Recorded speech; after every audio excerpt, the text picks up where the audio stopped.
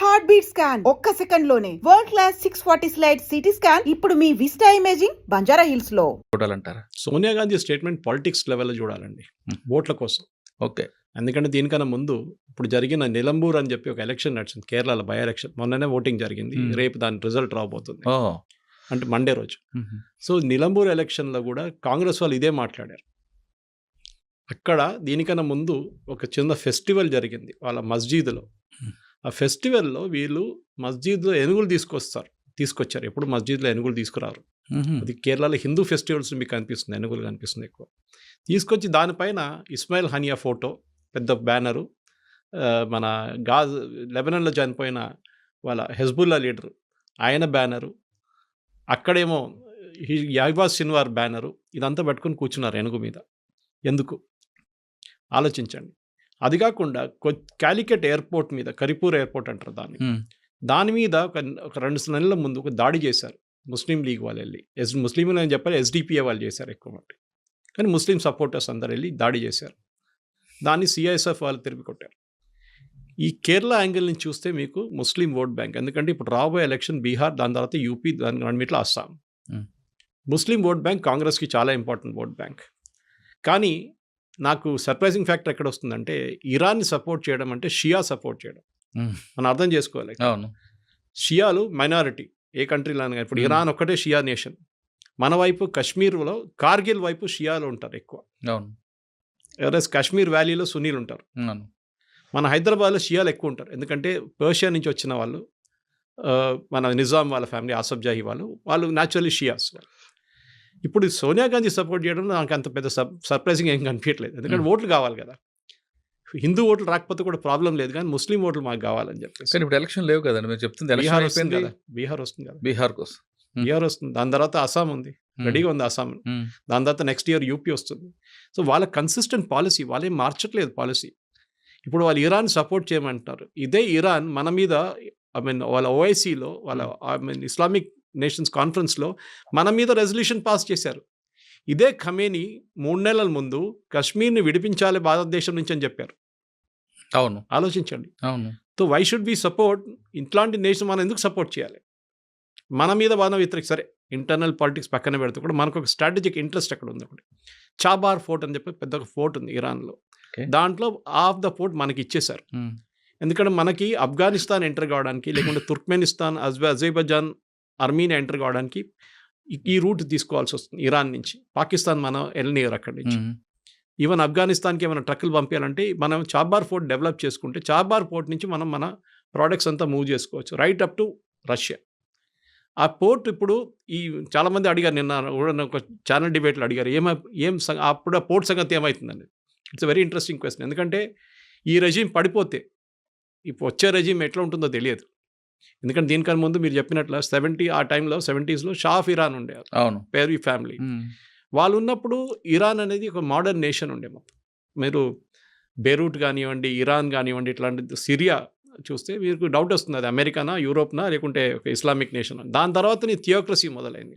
మనందరికీ తెలుసు Shah of Iran పడిపోయింది, దాని తర్వాత ఖొమేనీ వచ్చారు, దాని తర్వాత ఖమ్నేనీ ఉన్నారు. ఒక చాలా ఇంట్రెస్టింగ్ కనెక్షన్ ఉంది. ఖమ్నేనీ వాళ్ళ grand father was an Indian, Barabanki నుంచి. ఓకే, ఇది చాలా మందికి తెలియదు. బారాబంకీ యూపీ నుంచి, అతను నజాఫ్ అని చెప్పి వీళ్ళ ఇరాక్లో వీళ్ళ ఇమాం ఖొమేనీ ఇమాంది ఒక పెద్ద మసూలం ఉంది అక్కడ, ఆయన అక్కడే బరీ చేశారు. చాలా ఫేమస్, ఈ షియాస్కి చాలా ఫేమస్. అక్కడికి వెళ్ళారనమాట. ఇప్పుడు కాదు, సమ్ 200 years ఆ టైం జనరేషన్లో. ఆ టైం బ్రిటిష్ వాళ్ళు ఉన్నారు ఇక్కడ. వెళ్ళినప్పుడు ఏమైందంటే, అక్కడ వెళ్ళిన తర్వాత ఆయనకు ఒక ఇది వచ్చేసింది, నేను రిటర్న్ ఇండియాకి వెళ్ళను అని చెప్పేసి. ఈ స్టార్టెడ్ స్టేయింగ్ ఇన్ ఇరాన్లో ఉండి అక్కడ వాళ్ళ నెక్స్ట్ జనరేషన్, దాని తర్వాత నెక్స్ట్ జనరేషన్లో పుట్టిన మనిషి ఖొమేనీ, వీళ్ళ ఫస్ట్ సుప్రీం లీడర్. వాళ్ళ ఫాదర్, ఇప్పుడున్న ఖమేనీ వాళ్ళ ఫాదర్ కూడా ఈయన ఫాలోవర్ ఉండే, వీళ్ళ గ్రాండ్ ఫాదర్ ఫాలోవర్ ఉండే. సో ఇండియన్ కనెక్షన్ ఒకటి ఉంది మనకి. షియాస్కి నేను చెప్పినట్ల వాళ్ళకి ఒక థియోక్రసిక్ స్టేట్ వచ్చినప్పుడు భారతదేశం సపోర్ట్ చేయడంలో ఏ ప్రసక్తి లేదు, చేయకూడదు. We should stay neutral. మనకి కార్గిల్లో ప్రాబ్లం వచ్చినప్పుడు ఎవరు సహాయం చేశారు? మనకి ఇరాన్ చేశారా? చేయలేదు కదా, చేయలేదు. ఇజ్రాయెల్ ఇచ్చారు మనకు బాంబులు. బాలాకోట్ మీద కొట్టిన బాంబు బంకర్ బస్టర్ బాంబు అంటారు దాన్ని, చిన్న వర్షన్, ఇప్పుడు పెద్దది కాదు, చిన్న వర్షన్ స్ట్రైకర్ది. అది ఎవరు ఇచ్చారు? ఇజ్రాయెల్ ఇచ్చారు మనకి. అంటే మన దగ్గర ఉన్న ఆర్మ్స్ కూడా ఎక్కువ కూడా ఇజ్రాయెల్ నుంచి వస్తున్నాయి కదండి. హైదరాబాద్లో 2 కంపెనీలు ఉన్నాయి సార్. అవును, ఇప్పుడు యూజ్ చేసిన మన పాకిస్తాన్ మీద యూజ్ చేసిన డ్రోన్లు ఒక మిసైల్ హైదరాబాద్లో తయారైంది. దాంట్లో ఒక మిసైల్ వెళ్ళి పడిన తర్వాత ఒక డ్రోన్ పడిన తర్వాత దాని మీద హైదరాబాద్ అడ్రస్ ఉంది దాని మీద. సో ఇజ్రాయెల్తో మనకు ఒక స్ట్రాటజిక్ ఇంటెంట్ ఉంది. మనకు ఇప్పుడు ఇజ్రాయెల్ హిస్టరీ చెప్పుకొని పోతే చాలా పెద్ద హిస్టరీ అది, రైట్ ఫ్రమ్ సోలమన్ టైం నుంచి ఇప్పుడు దాకా. కానీ ఇజ్రాయెల్తో మనకి ఒక ఫిజికల్ కనెక్షన్ చాలా ఉన్నాయి. So Israel as a nation 1948లో ఫామ్ అయింది. మనకు ఫ్రీడమ్ వచ్చిన తర్వాత 1 year తర్వాత వాళ్ళు ఫామ్ చేసుకున్నారు. వాళ్ళు కొనుక్కున్నారు ల్యాండ్. అవునండి. బ్రిటిష్ స్టేటస్ నుంచి బ్రిటిష్ వాళ్ళు వెకేట్ చేసినప్పుడు బ్రిటిష్ వాళ్ళు ఎక్కడైనా కానీ మొత్తం మెసప్ చేసి వెళ్ళిపోతారు. మన దగ్గర కూడా అదే చేశారు. ఆఫ్ఘనిస్తాన్ వైపు ఒక లైన్ డ్రా చేసి డురాండ్ లైన్ అన్నారు. వాళ్ళు ఇప్పుడంటే మేము పట్టించుకోమంటున్నారు. ఇటువైపు ఏమో మెక్మోహన్ లైన్ చెప్పి చైనా వైపు అరుణాచల్ ప్రదేశ్ చైనీస్ పట్టించుకోవట్లేదు. మన వైపు కూడా అంతే చేసేయాలి. పాకిస్తాన్ ఇండియాకి లైన్ డ్రా చేశారు. ఇదే ప్రాబ్లం అక్కడ కూడా క్రియేట్ అయింది, ఇక్కడ ఇజ్రాయెల్లో కూడా. ఇజ్రాయెల్ యాజ్ అ నేషన్ వాళ్ళు డబ్బులు పెట్టి కొనుక్కున్నారు ల్యాండ్. ఇది మనం ఇప్పుడు రియల్ ఎస్టేట్ కొంటాం చూడండి, అట్లా కొన్నారు వాళ్ళు. ఆ టైంలో అరబ్స్కి ఇంట్రెస్ట్ లేదు, అంటే అక్కడ ఏం పంటలు ఎవరు, మొత్తం డెజర్ట్ అది. కానీ దాన్ని ఎట్లా మార్చారు మనం అందరూ చూసాం. చంద్రబాబు నాయుడు గారు కుప్పం తీసుకొచ్చారు వాళ్ళని, తీసుకొచ్చి అక్కడ అగ్రికల్చర్ ప్రాక్టీస్ చేయమన్నారు ఇజ్రాయెల్ వాళ్ళ. So Israel as a nation మనకి ఒక సింబాలిక్ నేషన్. ఎందుకంటే నేను వచ్చే కేరళ నుంచి, మా ఇంటి దగ్గర నుంచి 16 kilometers దూరంలో వీళ్ళు వచ్చి దిగారు ఫస్ట్ ఆ టైంలో 17th century. అప్పుడున్న రాజు, హిందూ రాజు అక్కడ, ఆయన సెట్ కమ్, మీరు రండి, మీరు మా దగ్గర ఉండొచ్చు అని చెప్పి వాళ్ళకి ప్లేస్ ఇచ్చారు. ఫస్ట్ సినగాగ్ అక్కడ ఉంది. సినగాగ్ అంటే వాళ్ళ గుడి.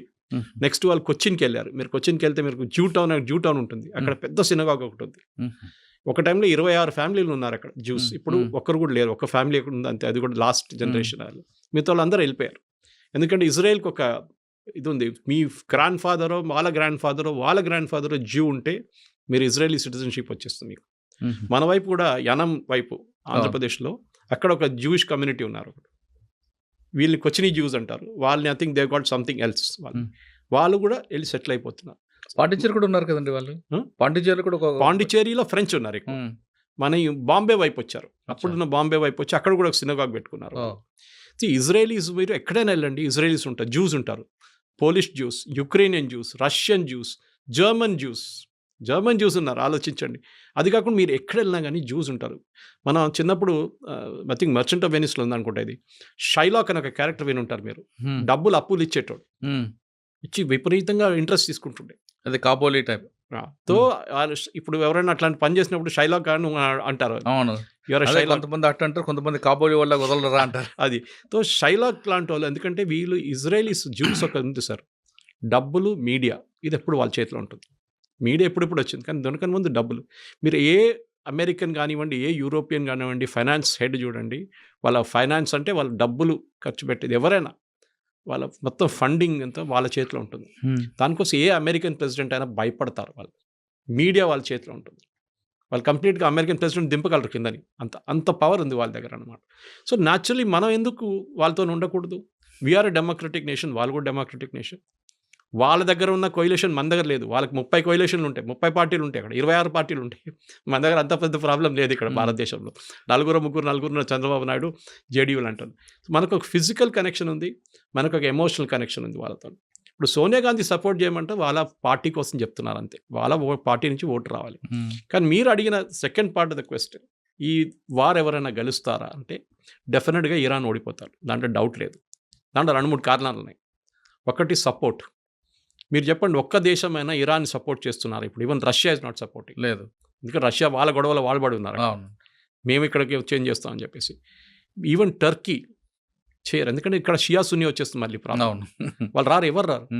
ఇప్పుడు ప్రాబ్లం ఎక్కడ రాబోతుందంటే వీళ్ళ మిసైల్ స్ట్రెంగ్త్. ఇప్పుడు చూడండి, ఫస్ట్ డే స్టార్టింగ్లో 200 మిసైల్ కొట్టారు, డ్రోన్లు కొట్టారు. దాని 100 అయింది, మళ్ళీ 50 అయింది, మళ్ళీ 20 అయింది, మొన్న కొట్టిందేమో 8. అంటే వాళ్ళ మిసైల్ స్ట్రెంగ్త్ తగ్గి వస్తుంది, వాళ్ళ ఇన్వెంటరీ తగ్గుతుంది. ఎందుకంటే వీళ్ళు క్రియేట్ చేసిన 3H వీళ్ళ శాటిలైట్స్, వీళ్ళ ప్రాక్సీస్ అంటారు చూడండి, హెజ్బుల్లా, హూతీస్ అండ్ హమాస్. వీళ్ళు ముగ్గురిని వీళ్ళు వెపన్స్ ఇచ్చి, డబ్బులు ఇచ్చి, లాస్ట్ 40 సంవత్సరాల నుంచి వీళ్ళు ఒక కంప్లీట్ ఎంటిటీగా క్రియేట్ చేసుకున్నారు వీళ్ళు. ఇప్పుడు ఏమైందంటే వీళ్ళు మొత్తం పోయారు. ఇప్పుడు వీళ్ళు హెజ్బుల్లాని ఫినిష్ చేసేస్తారు, నస్రుల్లాని ఫినిష్ చేసిన తర్వాత హమాస్ని ఫినిష్ చేసేస్తారు. హూతీలను US వాళ్ళు చూసుకుంటున్నారు. చూడండి, హూతీ వైపు నుంచి ఒక్క మిసైల్ కూడా రాలేదు లాస్ట్ 1 వీక్లో. హెజ్బుల్లా అయితే మర్చిపోయారు ఫైరింగ్ అంటే ఏంటనేది. సో టెక్నాలజీ లాంటి ఫీల్డ్లో Israel is a leader sir. అది మీరు హెల్త్ కేర్ టెక్నాలజీ ఉండొచ్చు, డిఫెన్స్ టెక్నాలజీ ఉండొచ్చు, ఏ టెక్నాలజీ, చిన్న దేశం అది. పాపులేషన్ మన ఢిల్లీ పాపులేషన్ లాగా దానికన్నా తక్కువ. సో అట్లాంటి ఒక దేశంతో మనకి న్యాచురల్ అఫినిటీ ఉంటుంది. ఇరాన్లో ఇవాళ ఉన్న లీడర్లు రేపు ఉండరు, కానీ ఇజ్రాయెల్ ఉన్న లీడర్లు అక్కడే ఉంటారు. అది ఇవాళ నెటన్యాహు వెళ్ళి ఇంకెవరైనా రావచ్చు. గోల్డా మీర్ టైం నుంచి స్టార్ట్ అయింది అది. ఇట్సాక్ రబీన్ కానివ్వండి, బెంజమిన్ మెకెన్ కానీ, వీళ్ళందరూ ఉన్నారు. ఇజ్రాయెల్కి definite they want and independent. వాళ్ళ as a nation we have a right to exist. ఎందుకంటే వీళ్ళ ప్రిన్సిపల్ ప్రాబ్లం ఎక్కడ వస్తుందంటే, ఇరాన్ లాంటి దేశంలో ఇవాళ కూడా యుఎన్ డిబేట్ చూశాను నేను రాత్రి. చాలా బాగా రిప్లై ఇచ్చాడు ద ఇజ్రాయలీ డెలిగేట్. మీరు అంటున్నారు ఇరాన్ని మిమ్మల్ని ఇజ్రాయెల్ వాళ్ళు కొడుతున్నారని మీరు కంప్లైంట్ చేస్తున్నారు యుఎన్లో వచ్చి. మీరేమంటున్నారు? మీరు అంటున్నారు Israel has no right to exist. ఒక దేశం ఉండకూడదంట. అవును, మీరెవరండి చెప్పడానికి? అది అదే వాళ్ళ మనుగడ కోసం ఇప్పుడు చేస్తున్నారు కదండి. అదే. సో దే సర్వైవల్ అంతే.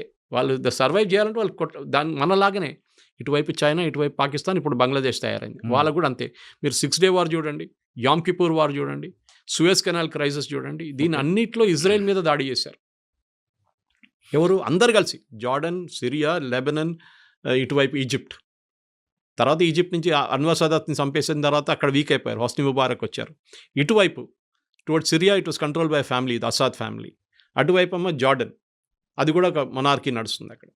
సో ఇప్పుడు ఏమైపోయిందంటే వీళ్ళు ముగ్గురు ఎవరికి కొట్లాడలేదు ఇజ్రాయెల్. వీళ్ళకి తెలిసిపోయింది కొడితే వాడు రిటర్న్ డబుల్ కొడతాడని, డబుల్గా ట్రిపుల్ కొడతాడని.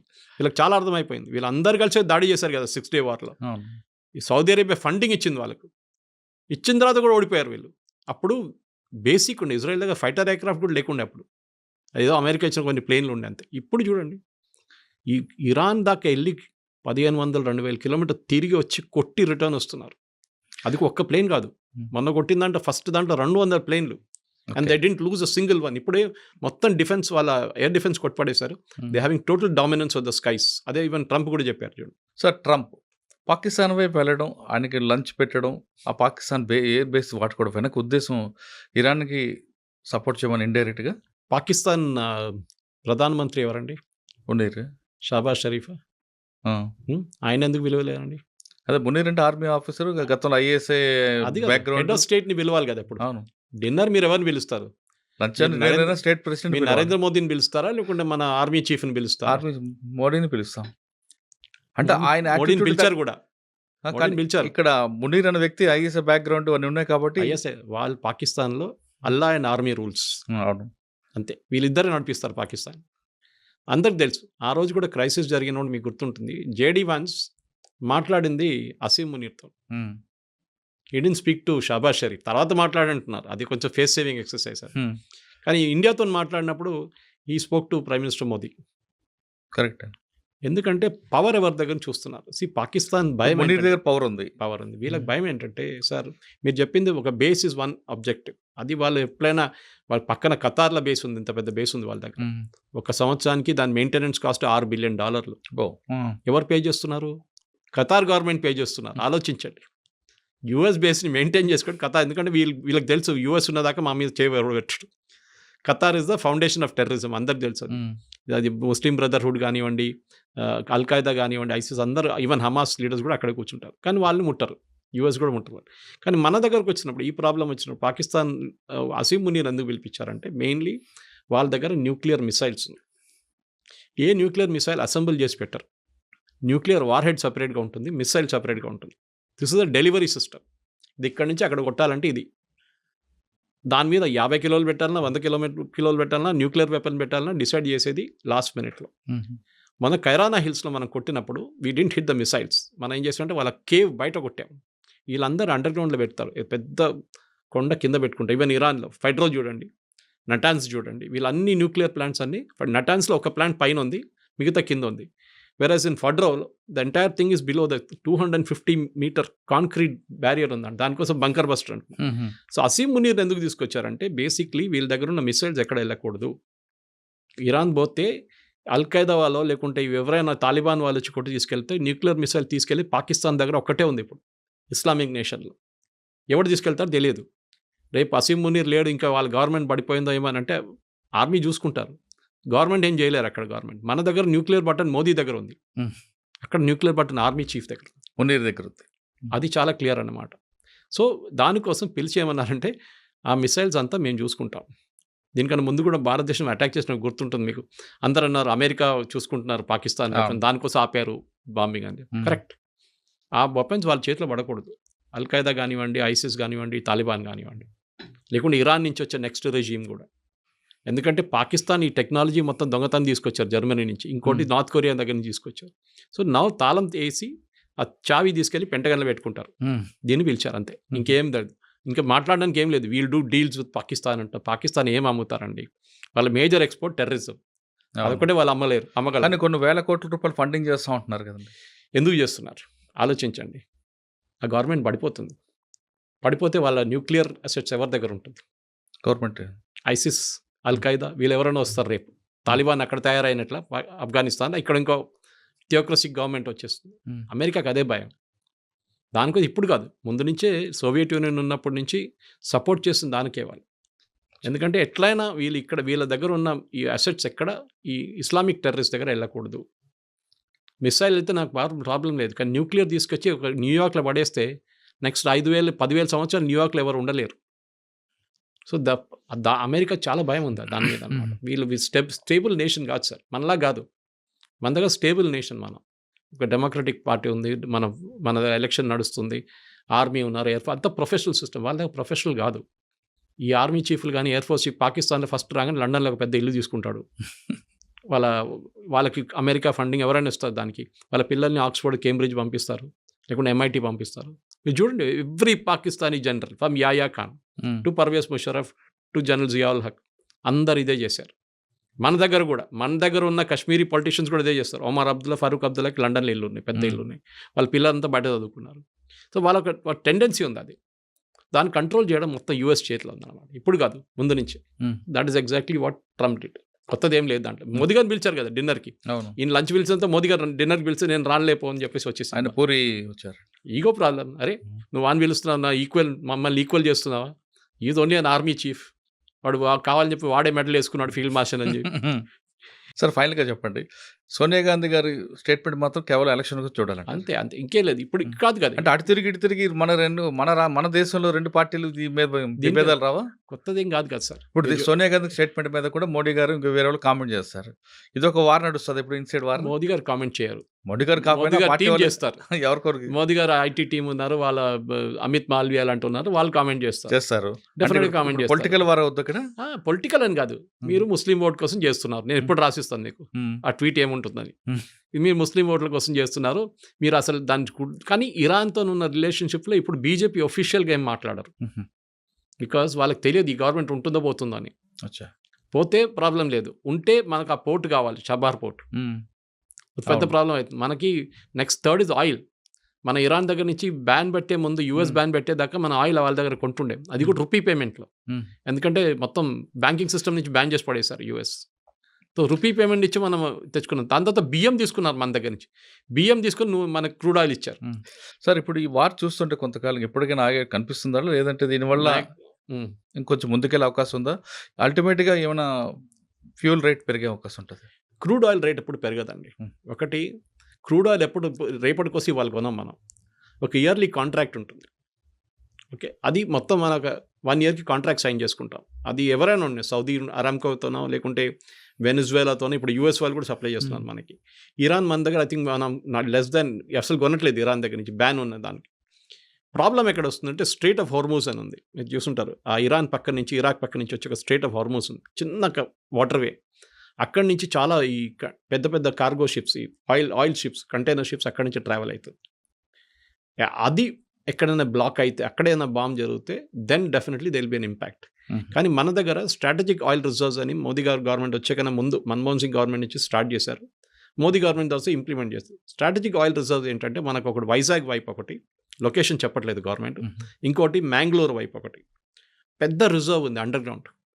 మీరు ఆలోచించకుండా పెట్రోల్ బంక్ వెళ్తే మన ఒక అండర్ గ్రౌండ్ రిజర్వ్ ఉంటుంది, దాంట్లో ఒక 2,000-3,000 లీటర్లు సంపులాగా.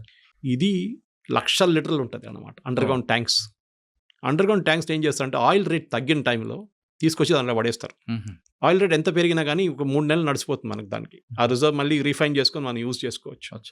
సో మన దగ్గర స్ట్రాటజిక్ రిజర్వ్స్ ఉంది. ఈవెన్ US మెయింటైన్ చేస్తారు. రేట్ ఎక్కువైనప్పుడు వాళ్ళు ఆయిల్ రిలీజ్ చేస్తారు మార్కెట్లో. ఉల్లిపాయలాగా అనమాట. అదే అదే. ఉల్లిపాయలు కోల్డ్ స్టోరేజ్ ఎందుకు పెట్టుకుంటారు? ఉల్లిపాయల రేటు ₹100 వెళ్ళంగానే వాడు మొత్తం తీసి బయట పడేస్తే అది రేట్ క్రాష్ అయ్యి ₹50కి వచ్చేస్తుంది. సేమ్ పాలసీ ఇక్కడ కూడా. ఇప్పుడు కూడా అండమాన్ దగ్గర కూడా ఇంకొక రిఫైనరీ దొరికింది, ఐడెంటిఫై చేసినట్టున్నారు కదండి. అది ప్రాస్పెక్ట్ చేస్తున్నారు. అది ఇంకా రిఫైనింగ్ స్టేజ్కి డ్రిల్లింగ్ స్టేజ్కి రాలేదు. ఇంకా ప్రాస్పెక్టింగ్ అంటారు దాన్ని. అచ్చా. ఈ ఆయిల్ వెల్స్ ఎట్లా ఉంటుంది సార్ అంటే, ఒక 100 వెల్ డ్రిల్ చేస్తే దాంట్లో 3-4 పనికి వస్తాయి.